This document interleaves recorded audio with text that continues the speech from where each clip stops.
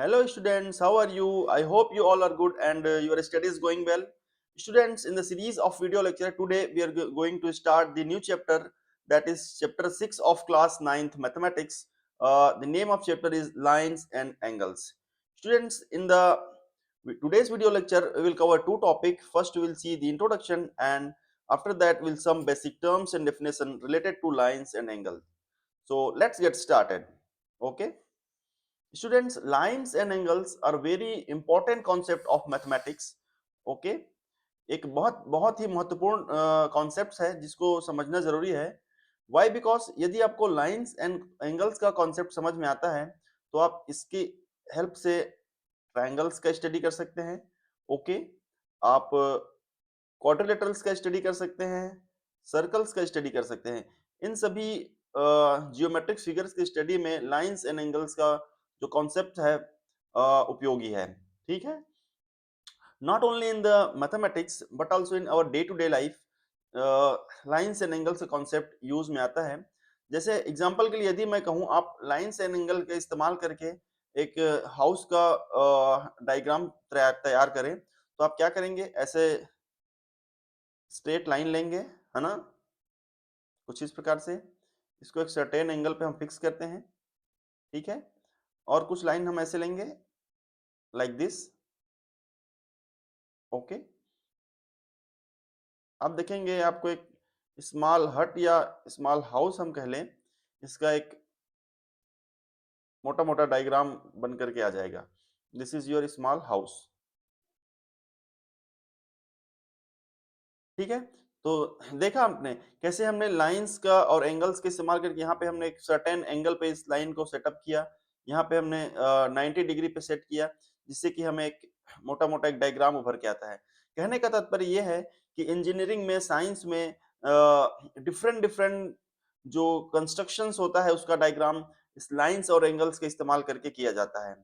ठीक है, यदि मैं एक एग्जांपल लूं, सपोज दिस इज ग्राउंड, यहाँ पे कोई फुटबॉल है, एक फुटबॉलर, है ना, कुछ इस प्रकार से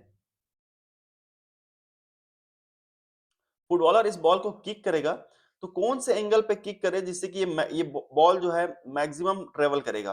ठीक है, मैक्सिमम ट्रेवल करने के लिए एंगल जो है थीटा 45 डिग्री का होना चाहिए. ठीक है, यदि 45 डिग्री के एंगल पे यदि हम इस फुटबॉल को किक करें तो ये फुटबॉल जो है मैक्सिमम डिस्टेंस ट्रेवल करेगा. ठीक है, ओके. एक और मैं एग्जांपल लूं.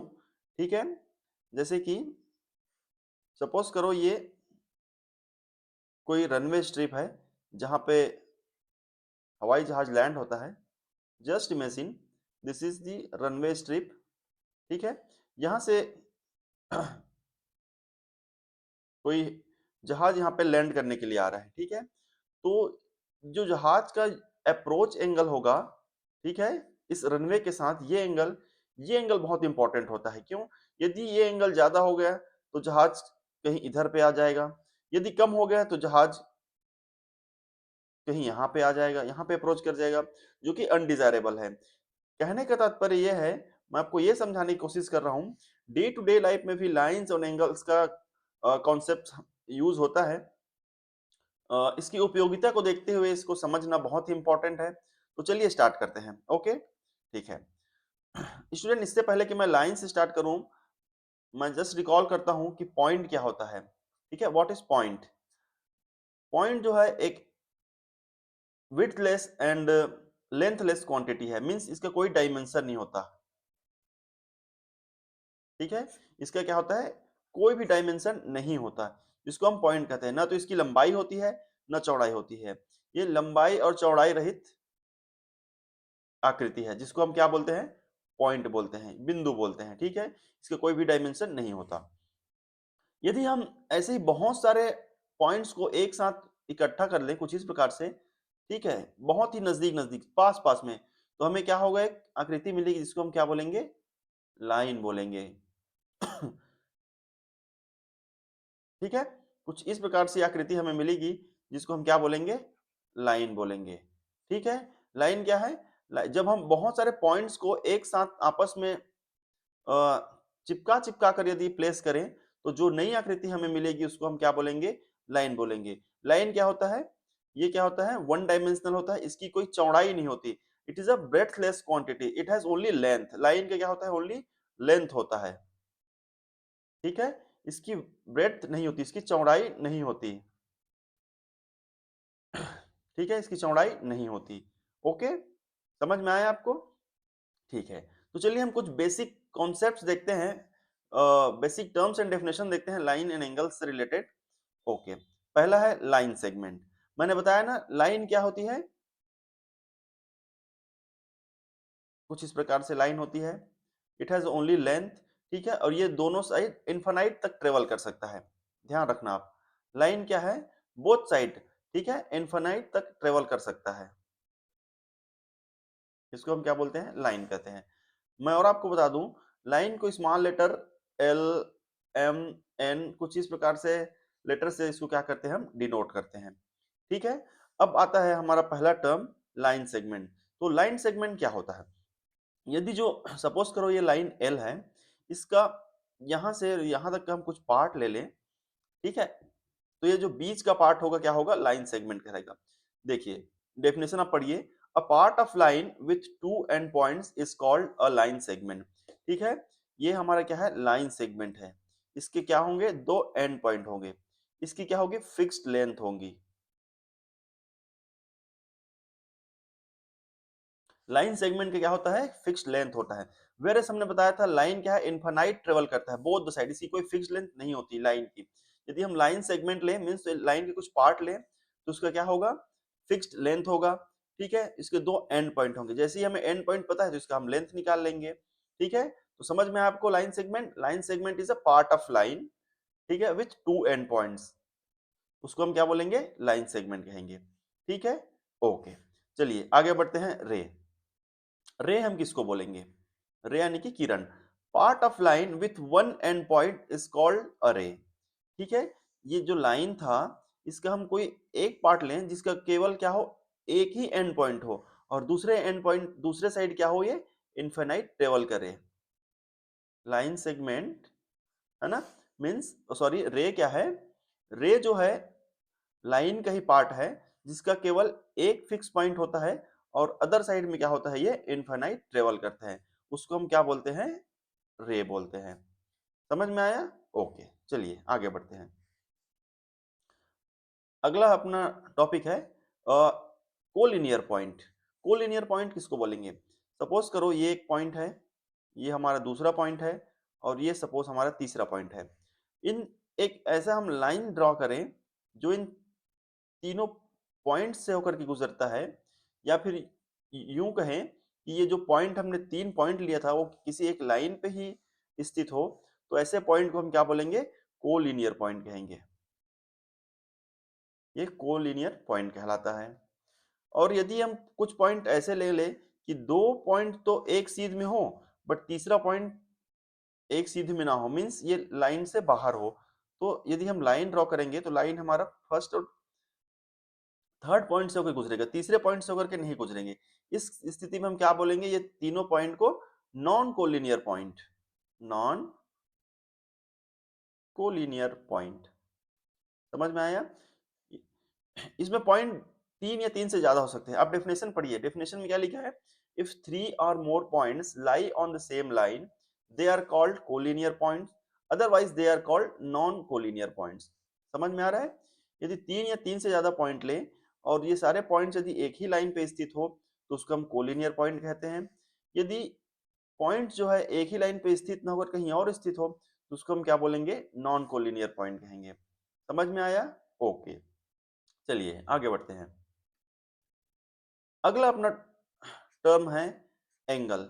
व्हाट इज एंगल, एंगल क्या होता है, ठीक है, this is a very important concept, आपको समझना चाहिए एंगल क्या होता है, ठीक है, चलिए कोशिश करते हैं।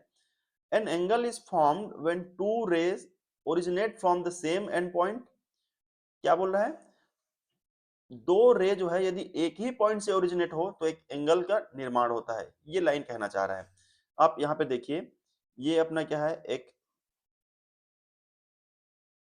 एक ओरिजिनेट पॉइंट है, सपोज करो ये O है, and this is A, and ये O है तो ये सपोज करो दिस इज B। तो ओ ए और ओ बी क्या है, यहाँ पे रे है, यहाँ पे टू रेस क्या है, ओ ए एंड ओ बी। रे को हम कुछ इस प्रकार से डिनोट करते हैं, ठीक है। These are our two rays, ठीक है। ओ ए और ओ बी क्या है, टू रे है, जो कि एक ही फिक्स्ड पॉइंट पॉइंट ओ से ओरिजिनेट हो रहा है, ठीक है। तो ये हम क्या बोलेंगे, ये दो रे जो है आपस में एक एंगल का निर्माण कर रहा है, सपोज करो थीटा एंगल का निर्माण कर रहा है, ठीक है। और ये जो ओरिजिनेटिंग पॉइंट है ओ, इसको हम क्या बोलते हैं, वर्टेक्स बोलते हैं, VERTEX, वर्टेक्स। ये पॉइंट ओ ओरिजिनेटिंग पॉइंट क्या कहलाता है, वर्टेक्स कहलाता है, ठीक है। देखिए डेफिनेशन फिर से पढ़ते हैं। An angle is formed when two rays originate from the same end point. The ray making an angle are called arms. ठीक है, मीन्स रे ओ ए और ओ बी जो थीटा एंगल बना रहा है, तो इस थीटा एंगल का ये ओ ए और ओ बी क्या कहलाएगा, आर्म्स कहलाएगा, भुजा, ठीक है। ओ ए एक आर्म्स है और दूसरा आर्म्स क्या है, ओ बी है, ठीक है। The rays making an angle are called arms of the angle and the end point is called vertex of the angle. ये end point O है उसको vertex बोलते हैं, और जो रे जिससे कि एंगल थीटा का निर्माण हो रहा है, इस एंगल थीटा का क्या कहलाता है, आर्म्स कहलाता है, ठीक है। ओके, समझ में आया। मीन्स मैं एक बार और बता दूं, कोई एंगल कब बनता है, कोई एंगल थीटा तब बनेगा यदि दो रे जो है यहाँ पे जैसे कि ओ ए और ओ बी है, एक ही पॉइंट से ओरिजिनेट होते हों, ठीक है। और जो ओरिजिनेटिंग पॉइंट है उसको हम वर्टेक्स बोलते हैं, और जो रे ओ ए और ओ बी है उसको क्या बोलेंगे, एंगल थीटा का आर्म्स बोलेंगे, ठीक है। समझ में आया। ओके, चलिए आगे बढ़ते हैं। नेक्स्ट है अपना टाइप ऑफ एंगल्स, ठीक है। एंगल कितने प्रकार के होते हैं, चलिए देखते हैं। पहला है क्या है, एक्यूट एंगल। एक्यूट एंगल किसको बोलेंगे, जैसे कि यहाँ पे ये वर्टेक्स ओ हो गया, suppose this is A and this is B, O A और ओ बी, ठीक है।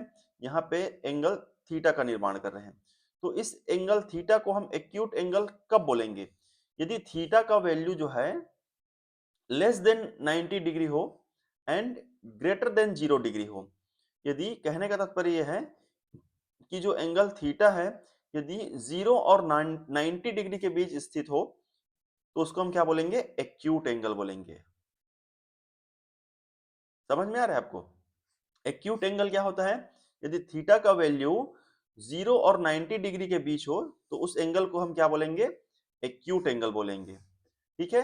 जैसे कि यदि थीटा बराबर क्या हो, 60 डिग्री हो, तो 60 डिग्री क्या कहलाएगा, हमारा एक्यूट एंगल कहलाएगा। यदि थीटा का डिग्री क्या हो, 30 डिग्री हो, तो 30 डिग्री क्या है, एक्यूट एंगल है, ओके, ठीक है। Now what is right angle. Right angle क्या होता है, यदि थीटा का वैल्यू एग्जैक्ट 90 डिग्री हो, थीटा का वैल्यू एग्जैक्ट 90 डिग्री हो, तो उसको हम क्या बोलते हैं, राइट एंगल बोलते हैं। समझ में आ रहा है आपको। यदि थीटा इज एग्जैक्टली 90 डिग्री, ठीक है, यदि दो रे है वो एग्जैक्टली 90 डिग्री का एंगल बनाते हैं, मींस थीटा का वैल्यू 90 डिग्री है, तो इस थीटा को, इस एंगल को अपन क्या बोलेंगे, राइट एंगल बोलेंगे, ठीक है। ओके, अगला है अपना ऑब्ट्यूस एंगल। ऑब्ट्यूस एंगल क्या होता है, ये सपोज करो वर्टेक्स है, this is A and this is way,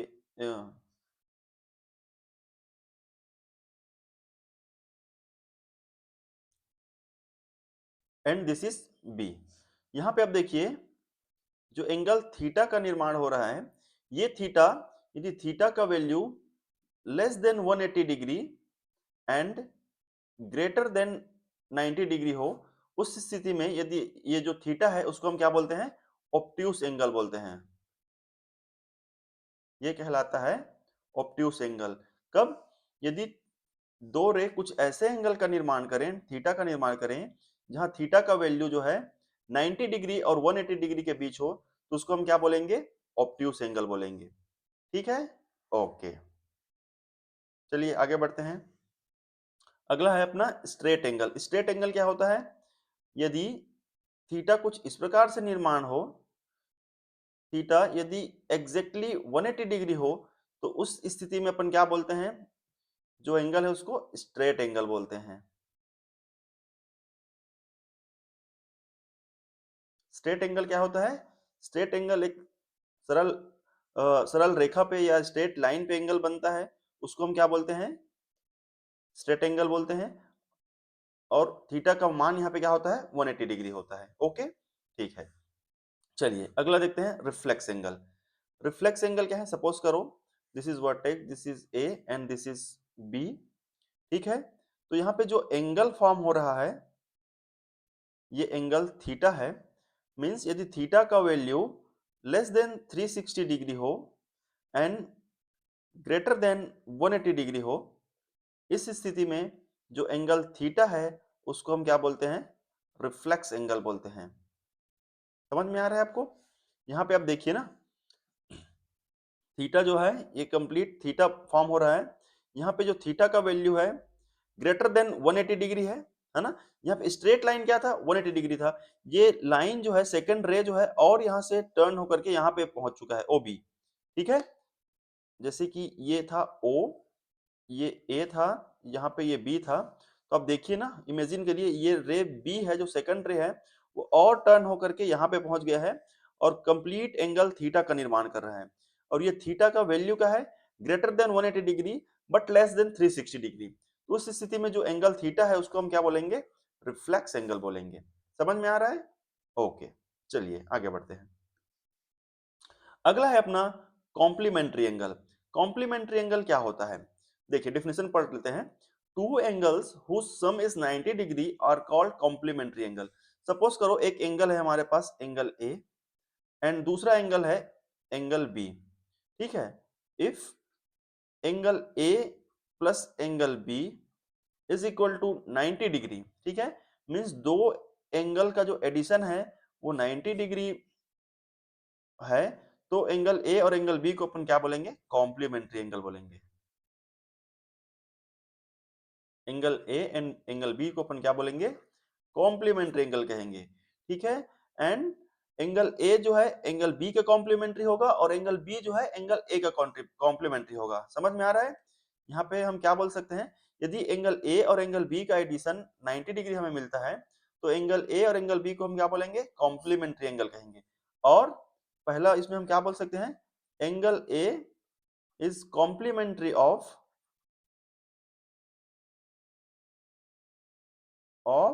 angle B. Same way हम क्या बोल सकते हैं? एंगल बी को बोलेंगे angle B is complementary of angle A. समझ में आ रहा है? Means angle A angle B का कॉम्प्लीमेंट्री है और एंगल बी जो है एंगल ए का कॉम्प्लीमेंट्री है। कब? यदि दोनों का एडिशन 90 डिग्री हो। सपोज करो एंगल ए का वैल्यू यदि मैं 60 डिग्री लूं, तो इस स्थिति में एंगल बी का वैल्यू मुझे क्या मिलेगा? 30 डिग्री मिलेगा। तभी तो मैं दोनों को जब ऐड करूंगा, angle A plus angle B लूंगा, तो 60 प्लस 30 मुझे कितना मिलेगा? 90 डिग्री मिलेगा। समझ में आ रहा है? वैसे यदि मैं एंगल ए को 45 डिग्री लेता हूं, तो एंगल बी मुझे कितना मिलेगा? एंगल बी भी मुझे 45 डिग्री ही मिलेगा। समझ में आ रहा है ना? तो ये था अपना कॉम्प्लीमेंट्री एंगल, ठीक है। अब है अगला सप्लीमेंट्री एंगल। सप्लीमेंट्री एंगल क्या होता है? Suppose angle A and angle B are two angles, ठीक है, एंड इन दोनों का addition means angle A plus angle B मुझे मिलता है 180 डिग्री। यदि एंगल ए और एंगल बी मुझे 180 डिग्री मिलता है, उस स्थिति में एंगल ए और एंगल बी क्या कहलाता है? सप्लीमेंट्री एंगल कहलाएंगे। Angle B and angle A both are supplementary angle, ठीक है। और एंगल ए जो है एंगल बी का क्या होगा? सप्लीमेंट्री होगा। वैसे ही एंगल बी को हम बोलेंगे एंगल बी जो है एंगल ए का क्या है? सप्लीमेंट्री होगा। यहाँ पे यदि आप एग्जांपल हो, सपोज एंगल ए का वैल्यू मैं 120 डिग्री लूं, तो एंगल बी मुझे कितना मिलेगा? 60 डिग्री मिलेगा। तभी तो angle A plus angle B दोनों का एडिशन 180 होगा ना। 120 plus 60 is equal to 180 degree. समझ में आ रहा है? मींस यदि दो एंगल का एडिशन 180 डिग्री हो, तो उसको हम क्या बोलेंगे? सप्लीमेंट्री एंगल बोलेंगे। I hope the video is useful for you. If you think so, please like, share and subscribe. Thank you.